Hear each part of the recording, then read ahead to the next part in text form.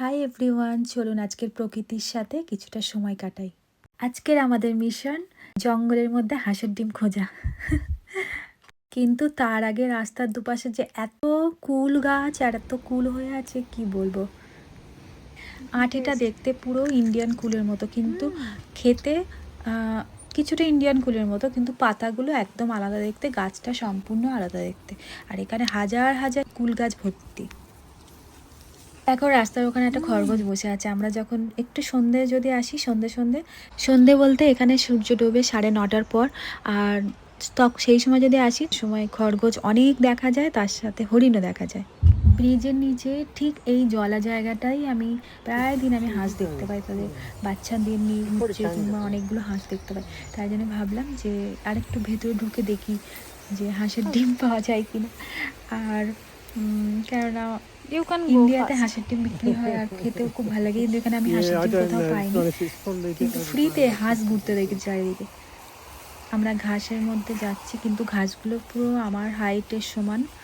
আর যাচ্ছে, এখানে কোনো সাপের ভয় নেই, এখানে কোনো সাপ নেই, বিষাক্ত সাপ তো নেই, কারণ এটা ঠান্ডার দেশ, সাপ বেরোয় না গর্ত থেকে হয়তো।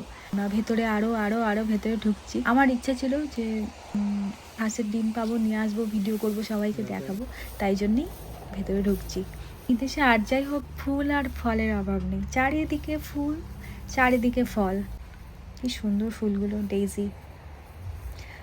আর আমি শুধু এটাই ভেবে অবাক হচ্ছি, এত জঙ্গল, এত গাছপালা, তার মধ্যে সরকার কি সুন্দর গাছপালা লাগিয়েছে, যাতে দেশটা কখনো গরম না হয়, যাতে সব সময় ঠান্ডা থাকে, বৃষ্টি আসে, আর ওয়েদারটা ভালো হয়, তার জন্যে সুস্থভাবে সবাই যেন বেঁচে থাকে, তার জন্যে হাজার হাজার গাছ লাগিয়ে দিয়েছে সরকার।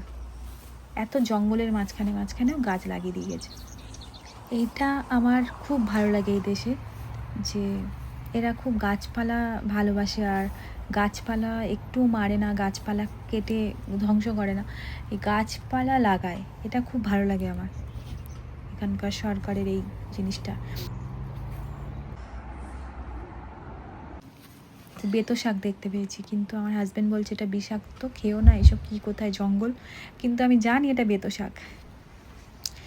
আর আমরা ব্রিজের ওপর থেকে ঠিক দেখাচ্ছি ওই জায়গাটায় আমরা গেছিলাম, আর ওখানেই হাঁসগুলো চড়ে বেড়ায়, কিন্তু ব্যাড লাক পেলাম না। যাই হোক, এখন ফিরে যাচ্ছি।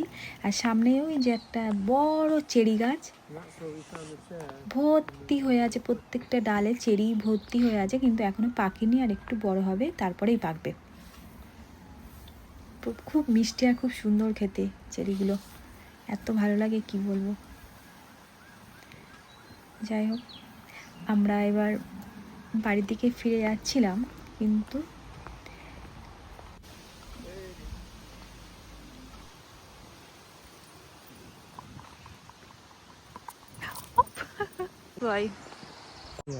রাস্তায় দেখো দুপাশে কত কত কুল ভর্তি হয়ে আছে, ডাল মানে ভেঙে পড়ছে, এত পরিমাণে কুল হয়েছে, কিন্তু এদেশের মানুষ এগুলো কেউ খায় না, একটু টক টক লাগে বলে এগুলো মনে হয় কেউ খায় না। দেখি তো ওইভাবেই পড়ে থাকে, আগের বছরেও দেখছিলাম যে ওইভাবেই পড়ে আছে, জংলি আপেলগুলো ওইভাবে পড়ে আছে, নিচে পড়ে আছে, কেউ খায় না। আর এটা জংলি আপেল না, এটা হচ্ছে অরিজিনাল আপেল। আর হচ্ছে এই আপেলটা শুধু একটু বড় হয়েছে, কদিন বাদে আর একটু বড় হবে, আর রং হবে, তখন আমি তুলে তুলে খাবো। আজকের ভিডিওটা এই পর্যন্তই। ব্যাড লাক, হাঁসের দেখা পেলাম না, হাঁসের ডিমের দেখা পেলাম না, আর আজকে ফিরে যাচ্ছি। দেখা হবে আবার পরের একটা নতুন ভিডিওতে। বাই।